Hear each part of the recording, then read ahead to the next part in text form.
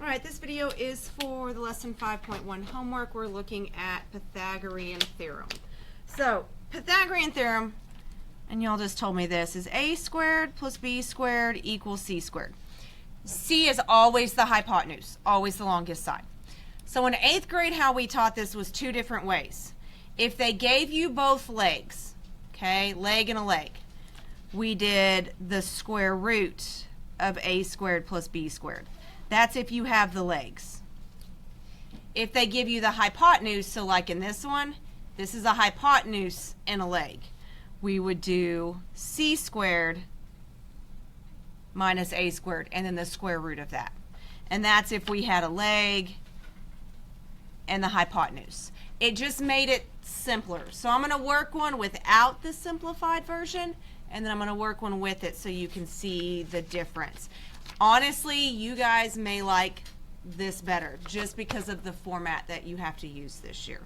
So we always look at a triangle and you have to decide, did they give me the hypotenuse? So remember, if you go to the right angle, and then in the other two angles, if you put a dot, the side in between those dots, that's the hypotenuse. So that means we've been given the hypotenuse in this one. So if I use the regular old version here, it doesn't matter which leg is A, which one is B. Okay? So, if I fill in what I know, A is 5. We don't know what B is. And then C is 10. So solving this by hand, because you cannot menu 3-1 exponents. Menu 3-1 will not work on exponents. Okay? So 5 squared is 25, and then 10 squared is 100. You can type that stuff in your calculator. You can do 5 squared and see what it is. Type in 10 squared, see what it is. So if I have to solve this for B, if I'm solving by hand here, what's the first thing I do to solve for B?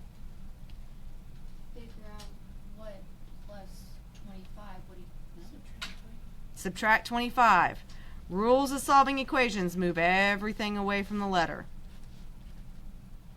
So 100 minus 25 is 75. The b is still not by itself though. How do I undo an exponent? Square root it. I would square root both sides, right? This side and this side. So b is going to equal the square root of 75. Here's where your life gets difficult. We have to simplify radicals. So we have to check, can we simplify 75? So what's a good easy number that I can divide into 75? A 5. Oh yeah. 5s, 2s, that's where you start. So 75 is 5 times 15. 5 is prime. What can I multiply together to get 15? 3 and a 5. 3 and a 5. 3 and a 5. If something duplicates, 5 and a 5, it gets to come out of the radical. Whatever's left over, whatever doesn't have a buddy, has to stay in. Okay? So that's my answer. 5 times the square root of 3. That's using just the plain old formula. Here's what we've got. So on number 3, if we look at this one, here's the right angle. Here's my 2 dots. That means I'm missing the hypotenuse in this one. Again, it doesn't matter which side is A, which side is B. Okay. So A is a 4. B is a 9. And we don't know what C is. So that formula that I used to teach my 8th graders, all they would have to do is square root 4 squared plus 9 squared, and that equals C. Here's where the difficulty comes in. In 8th grade, I could have 8th graders take that and type it in. They could just type that in their calculator. Because in 8th grade, we didn't do radicals. We did decimals. That decimal does me no good at this level. Okay? So what I can do is just this piece. I'm going to type just that into my calculator. So 4 squared plus 9 squared gives me 97. So 97 equals c squared. Okay, that's just simplifying this piece here down to a 97 because there's no letters in there. If it's just numbers, I can simplify it. And then I have to undo that exponent so both sides get square rooted. So c is going to equal the square root of 97. You guys think that one will simplify? I don't think 97. You just check. I mean, we know 2 is not going to go into it. It's not even. 3 won't go into it. 4 won't. 5 won't. 6, 7, 8, 9. I mean, you get up to like 11 and you're starting to run out of options. Okay? So 97's prime. That's as simple as it gets. But we are at this point in the school year where your radicals need to be simplified. Okay? Because radical simplification is about to have a new step added to it later in this unit. Okay? Which one do y'all want, 5 or 6? 6, I agree. All right, always know what they're giving you. Here's the right angle. Here's the other 2 angles. They're giving me the hypotenuse. So a squared plus b squared equals c squared. Again, doesn't matter which one's a, which one's b. So a is a 3. We don't know what the b is. C is an 8. So break down what you can. What's 3 squared? 9. B squared, nothing we can do with that. What's 8 squared? 64. There you go. Okay, so now what do I do? How? Subtract it. So that cancels. 55? Okay, what's my last step here? Square root it. So b is going to equal the square root of 55. Is that my final answer? Maybe. What can I divide into 55? 5 and 11, right? Guess what? They're both prime. No buddies, no partners, nobody gets to come out. Okay? So sometimes they look, those mess me up because my brain keeps telling me, no, it can be simplified. Okay? Check your factors.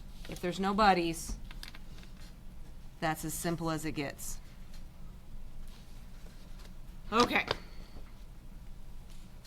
Believe it or not, these are 8th grade questions. I don't know if y'all saw this in 8th grade. These are 3D shapes. It's kind of hard with these because we're kind of missing pieces. It's better if you can kind of see like the backbone of this thing, kind of see the whole shape. Makes it a little bit easier. We have to find the distance from point A to point B. Okay, that's what we have to find. So if I'm talking about a box, this one may actually work. Think about this box, right? I don't know if it'll work up here. It's too tall. I want to find the distance from this bottom corner all the way up to this top corner up here. So diagonally across this box, okay? I want to know what's the biggest thing I can put in this box. And the biggest thing I can put in this box, I could tilt up into this corner and it could sit down there in that bottom corner. Okay, that is a super common question. It's Pythagorean theorem. But you don't just do it once, we have to do it twice. We have to find right triangles. Okay, so I'm going to try to do this in different colors where y'all can see what's going on. So from A to B, I try to look for nice straight sides, sides that would make right angles. So going down this way, that makes a piece of the triangle. If I go from A and I go, what way do I want to go? I want to go this way. I want to go diagonally across the bottom. So think about if I set a triangle down in that box. Okay? So back to my box here. The base of that triangle would sit from this corner to this corner, and then I would have a leg that's this length that goes up the side here. Okay? So first, I have to find this diagonal length. Okay? If you need to pick it apart, that diagonal length is on that bottom rectangle. So if we look at just this bottom rectangle, that's the piece it's sitting on. I know this side is 31. What would this measurement be? Like right across here. 10. So you can see it up there. They're not always labeled right on the piece. And then I want to know the diagonal length. I can find that because the diagonal makes this right triangle. If this side's 10, this side's 10. Everybody see the right triangle? Which means that diagonal is the hypotenuse. So here's an A, here's a B. I can use Pythagorean theorem. So A squared, B squared equals C squared. So this whole piece, since there's no letters involved, I can type that whole piece into my calculator. And I get 1061. And then what's the final step that I have to do? Okay. So square root, oh, both sides, sorry. So square root of 1061 equals C. Here's the nice thing. I don't even have to check. I don't even have to see if I need to simplify, because I'm still not done yet. You don't have to simplify till the very end. So on this box here, this edge right here is this, the square root of 1061. What happens with that diagonal? That diagonal here and this edge, along with this diagonal, they make a right triangle in the corner of that box. So I can start all over again. Okay, so if I want a new diagram here, let's see if I can kind of draw it where it'll all fit here. So this triangle that's drawn in there. So I know this piece down here is the square root of 1061. What would this piece be? 25, this measurement. And then that's a hypotenuse. So I can do Pythagorean again. Doesn't matter which one's A, which one's B. So A, square root of 1061 squared, B is 25 squared, equals C squared. What happens if you square a square root?